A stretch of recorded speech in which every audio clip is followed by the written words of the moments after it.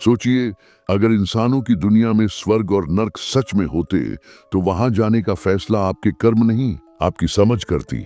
कुछ लोग पूरी जिंदगी अच्छे बने रहते हैं, वफादार, ईमानदार, दूसरों को पहले रखने वाले, फिर भी वो टूट जाते हैं, धोखा खा जाते हैं, पीछे छूट जाते हैं। और कुछ लोग होते हैं जो लोगों को पढ़ लेते हैं, उनके डर, उनकी इच्छाएं, उनकी कमजोरियां।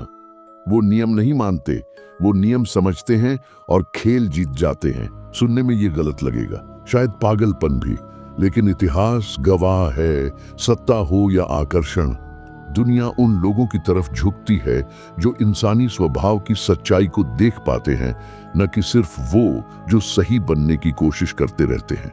आज की कहानी किसी हीरो की नहीं है।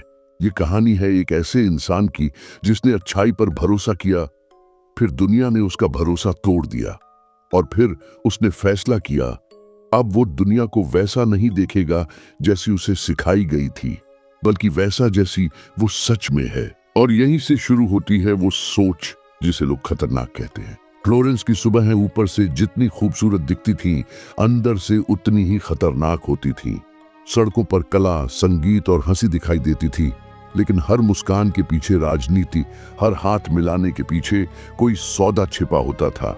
इसी शहर में 3 मई 1469 को एक ऐसा बच्चा पैदा हुआ जिसे दुनिया बाद में निकोलो मैकियावेली के नाम से जानेगी। वह किसी महल में पैदा नहीं हुआ था, उसके घर के बाहर सैनिक नहीं खड़े रहते थे। उसका परिवार उन लोगों में से था जिनके पास दौलत कम थी लेकिन सोच गहरी थी। उसके पिता बर्नार्डो मैकियावेली एक वकील थे, कानून जानते थे पर कानून बनाने वालों में शामिल नहीं थे। उनके पास किताबें थीं, सिद्धांत थे, पर सत्ता नहीं थी। उसकी माँ बार्तोलोमिया धार्मिक स्वभाव की थी और कभी कभी कविताएं लिखती थीं। घर के अंदर नैतिकता की बातें होती थीं, लेकिन घर के बाहर दुनिया किसी और नियम से चलती थी। निकोलो बचपन से ही एक अजीब फर्क महसूस करने लगा था। उसने देखा कि उसके पिता जैसे लोग सही बात करते हैं, पर शहर पर राज उन लोगों का होता है जो सही नहीं, मजबूत होते हैं। घर में उसे ईमानदारी और धर्म सिखाया जाता था, बाहर वह देखता था कि डर, चालाकी और दिखावा लोगों को झुकाने की असली ताकत रखते हैं। फ्लोरेंस उसका पहला गुरु बन गया। यहाँ लोग सामने से दोस्त होते थे और पीछे से चाल चलते थे। यहाँ वफादारी एक शब्द था, लेकिन रणनीति एक हथियार। छोटा होते हुए भी निकोलो समझने लगा था कि दुनिया 2 तरह के लोगों में बंटी है, एक वे जो नियम मानते हैं और दूसरे वे जो नियम बनाते हैं, और इन दोनों के बीच एक गहरी खाई होती है। उसके भीतर धीरे धीरे एक खामोश सवाल जन्म लेने लगा, अगर नैतिकता से सत्ता नहीं मिलती तो सत्ता का असली रास्ता क्या है? यह सवाल किसी किताब से नहीं आया था, ये उसने अपने पिता की सीमाओं में देखा था, अपनी माँ की प्रार्थनाओं में महसूस किया था, और फ्लोरेंस की सड़कों पर चलती राजनीति में समझा था। वह जन्म से निर्दयी नहीं था, वह सिर्फ एक लड़का था जो ध्यान से देख रहा था। लेकिन जो बच्चा बचपन से सत्ता को दूर खड़े होकर देखता है, वह या तो उसे पूजने लगता है या उसे तोड़कर समझने लगता है। निकोलो दूसरा वाला इंसान बन रहा था। समय के साथ वह सिर्फ देखने वाला लड़का नहीं रहा, बल्कि सत्ता के गलियारों में चलने वाला आदमी बन गया। फ्लोरेंस रिपब्लिक की सरकार में उसे काम मिला। अब वह बाहर खड़ा होकर ताकत को देख नहीं रहा था, वह उसके बिल्कुल पास खड़ा था। राजाओं से मुलाकात, पोप के दूतों से बातचीत, सेनापतियों के साथ योजनाएं, सत्ता अब उसके लिए कोई कहानी नहीं, एक रोज का अनुभव थी। यहीं उसकी मासूम धारणाएं एक एक करके टूटने लगी। उसे समझ आया कि लोग शब्दों से दुनिया बनाते हैं, लेकिन फैसले डर से लेते हैं। जो नेता जनता के सामने न्याय और ईमानदारी की बातें करते थे, वही बंद दरवाजों के पीछे सौदे करते थे। वफादारी की कस्में खाई जाती थीं और अगले ही हफ्ते तोड़ दी जाती थीं। दोस्ती तब तक रहती थी जब तक फायदा रहता था। उसने देखा कि जो शासक दयालु बनने की कोशिश करते हैं, वे धीरे धीरे किनारे कर दिए जाते हैं। उन्हें अच्छा इंसान कहा जाता है और फिर सत्ता उनसे छीन ली जाती है। दूसरी तरफ वे लोग जो कठोर थे, जो फैसले लेते वक्त लोगों की भावनाओं की जगह परिणाम देखते थे, वही टिकते थे, वही डर पैदा करते थे और वही राज करते थे। धीरे धीरे निकोलो के भीतर एक खामोश बदलाव होने लगा। पहले वह मानता था कि इंसान मूल रूप से अच्छा होता है, बस हालात उसे बिगाड़ देते हैं। अब उसे लगने लगा कि इंसान मूल रूप से स्वार्थी है और हालात उसे बस मौका देते हैं। उसे महसूस हुआ कि लोग प्यार से कम, डर से ज्यादा नियंत्रित होते हैं। भरोसा एक भावना है, लेकिन सत्ता एक व्यवस्था है, और व्यवस्था भावनाओं पर नहीं चलती। ये बदलाव अचानक नहीं आया था। ये सैकड़ों मुलाकातों, टूटे वादों, छुपे समझौतों और मुस्कुराते चेहरों के पीछे छिपे इरादों को देखकर आया था। हर बैठक के बाद उसके भीतर का एक आदर्श थोड़ा और मरता गया और उसकी जगह एक ठंडी, निरीक्षक जैसी सोच जन्म लेने लगी। अब वह दुनिया को वैसी नहीं देख रहा था जैसी उसे सिखाई गई थी। वह दुनिया को वैसी देख रहा था जैसी वह सच में थी, जहां अच्छाई की तारीफ होती है, लेकिन जीत हमेशा ताकत की होती है। फिर उसकी जिंदगी में एक ऐसा किरदार आया जिसने उसकी सोच को हमेशा के लिए धार दे दी। चेज़ारे बोर्जिया। वह कोई साधारण शासक नहीं था। उसके आसपास एक अजीब सा असर रहता था, जैसे कमरे की हवा भी उसके हिसाब से चलती हो। वह जब मुस्कुराता था तो सामने वाला खुद को खास महसूस करता था, और जब उसकी आंखें ठंडी हो जाती थीं तो वही आदमी अंदर से कांप उठता था। उसमें आकर्षण भी था और खतरा भी। यही मिश्रण उसे अलग बनाता था। निकोलो को उसे करीब से देखने का मौका मिला। उसने देखा कि बोर्जिया लोगों से सिर्फ आदेश नहीं मनवाता था, वह उनके दिमाग में अपनी जगह बना लेता था। कुछ लोग उसे सच में पसंद करते थे, कुछ उससे डरते थे, लेकिन कोई भी उसे नजरअंदाज नहीं कर पाता था।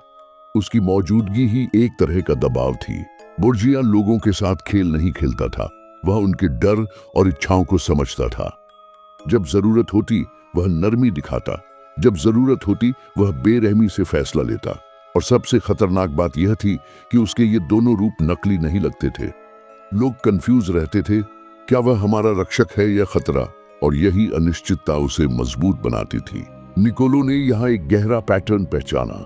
उसने समझा कि सिर्फ प्यार पाने वाला शासक कमजोर पड़ जाता है और सिर्फ डर पैदा करने वाला शासक नफरत का शिकार हो जाता है।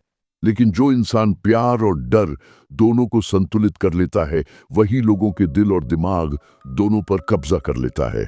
यहीं से उसके भीतर एक खतरनाक साफगोई पैदा हुई। उसे समझ आने लगा कि इंसानों को नियंत्रित करने का रास्ता उनकी अच्छाई को पुकारना नहीं, बल्कि उनकी असुरक्षा और उनकी जरूरतों को छूना है। सम्मान अकेले काफी नहीं, डर अकेले स्थायी नहीं, लेकिन दोनों साथ हों तो असर गहरा और लंबा चलता है। बाद में जब वह इंसानी व्यवहार को समझने बैठा तो उसे बार बार बोर्जिया का चेहरा याद आता। एक ऐसा आदमी जिसे लोग भूल नहीं पाते थे, क्योंकि वह उन्हें एक साथ सुरक्षित भी महसूस कराता था और असुरक्षित भी। फिर वह समय आया जिसने निकोलो की सोच को सिर्फ बदला नहीं, तोड़कर दोबारा बनाया। 1512 में सत्ता पलट गई। मेडिची परिवार, जिन्हें पहले हटाया गया था, फिर से फ्लोरेंस पर काबिज हो गया। सत्ता बदलती है तो सिर्फ कुर्सियां नहीं बदलती, वफादारियां भी बदल जाती हैं। जो लोग कल तक साथ खड़े थे, आज पहचानने से भी इनकार करने लगे। निकोलो, जो कभी सरकार के भीतर फैसलों के करीब खड़ा रहता था, अचानक शक की निगाह से देखा जाने लगा। उसे उसके पद से हटा दिया गया, सम्मान छीना गया, और फिर वह हुआ जिसकी उसने कल्पना भी नहीं की थी। उसे गिरफ्तार कर लिया गया। जेल की दीवारें किसी इंसान से उसका नाम नहीं छीनती, लेकिन उसका भ्रम जरूर तोड़ देती है। पूछताछ हुई, यातना दी गई। जिस आदमी ने सालों तक ताकत के खेल को समझा था, अब वह खुद उस खेल का मोहरा बन चुका था। जिन सिद्धांतों, जिन रिश्तों, जिन संपर्कों पर उसे भरोसा था, उनमें से कोई उसे बचाने नहीं आया। यहीं उसकी सोच की आखिरी परत भी टूट गई। उसे समझ आ गया कि दुनिया इंसाफ पर नहीं चलती, हालात पर चलती है। आज तुम काम के हो तो सम्मान है, कल तुम खतरा हो तो सज्जा है। अच्छाई, वफादारी, ईमानदारी, ये शब्द हैं, लेकिन सत्ता की भाषा अलग होती है। सत्ता याद नहीं रखती कि तुमने क्या सही किया था, वह सिर्फ यह देखती है कि तुम उसके लिए उपयोगी हो या नहीं। जेल से बाहर आया तो वह वही आदमी नहीं था जो अंदर गया था। उसके अंदर से वह भरोसा निकल चुका था कि लोग मूल रूप से अच्छे होते हैं। अब वह मान चुका था कि इंसान हालात के हिसाब से बदलता है, और ज्यादातर लोग अपने बचाव, अपने फायदे, अपनी सुरक्षा के लिए कुछ भी कर सकते हैं। यहीं से उसके विचारों में एक ठंडापन आ गया। यह नफरत से पैदा हुआ अंधेरा नहीं था, बल्कि टूटे हुए भ्रमों से पैदा हुई स्पष्टता थी। उसने तय किया कि अब वह दुनिया को वैसी नहीं देखेगा जैसी होनी चाहिए, बल्कि वैसी देखेगा जैसी वह सच में है। क्योंकि जिंदा वही रहता है जो खेल के नियमों को समझता है, न कि वह जो यह उम्मीद करता है कि खेल ईमानदारी से खेला जाएगा। सत्ता से गिराया गया आदमी अक्सर दो रास्तों पर जाता है, या तो कड़वाहट में डूबकर खामोश हो जाता है, या फिर अपने घावों को समझ में बदल देता है। निकोलो ने दूसरा रास्ता चुना।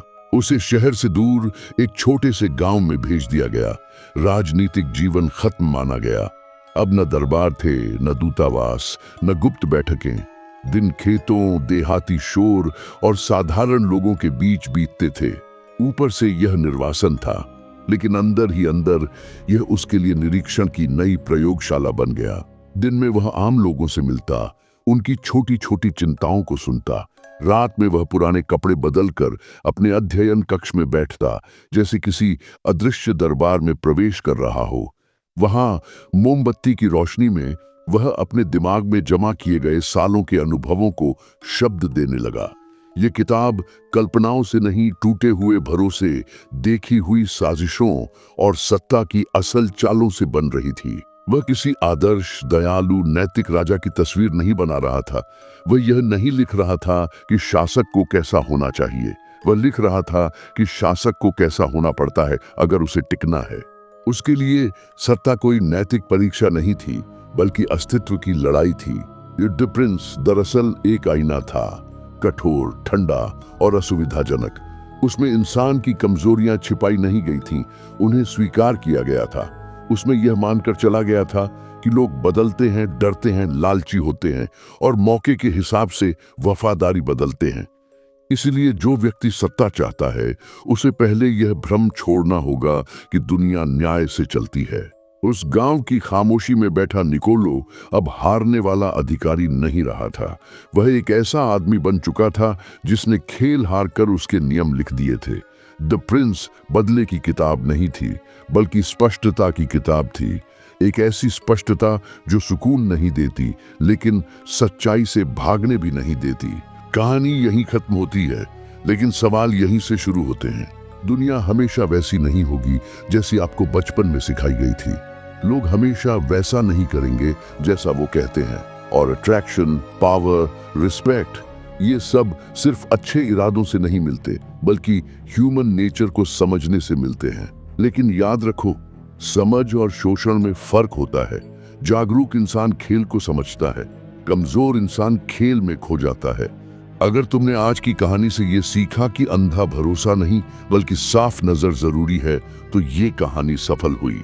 स्ट्रांग बनो, लेकिन स्टोन मत बनो। ऑब्जर्व करो, लेकिन खुद को खो मत। पावर समझो, ताकि कोई तुम्हें बेवकूफ न बना सके। अगर ऐसी रियल, अनकंफर्टेबल और साइकोलॉजी बेस्ड स्टोरीज तुम्हें सोचने पर मजबूर करती है, तो वीडियो को लाइक करो, चैनल को सब्सक्राइब करो, क्योंकि यहाँ बातें मीठी नहीं, सच्ची होती हैं। और इस वीडियो को शेयर करो उस इंसान के साथ जिसे समझना है कि दुनिया फीलिंग से नहीं, पैटर्न से चलती है। अगली कहानी में हम इंसानी बिहेवियर की एक और लेयर खोलेंगे। तब तक देखो, समझो और जागते रहो।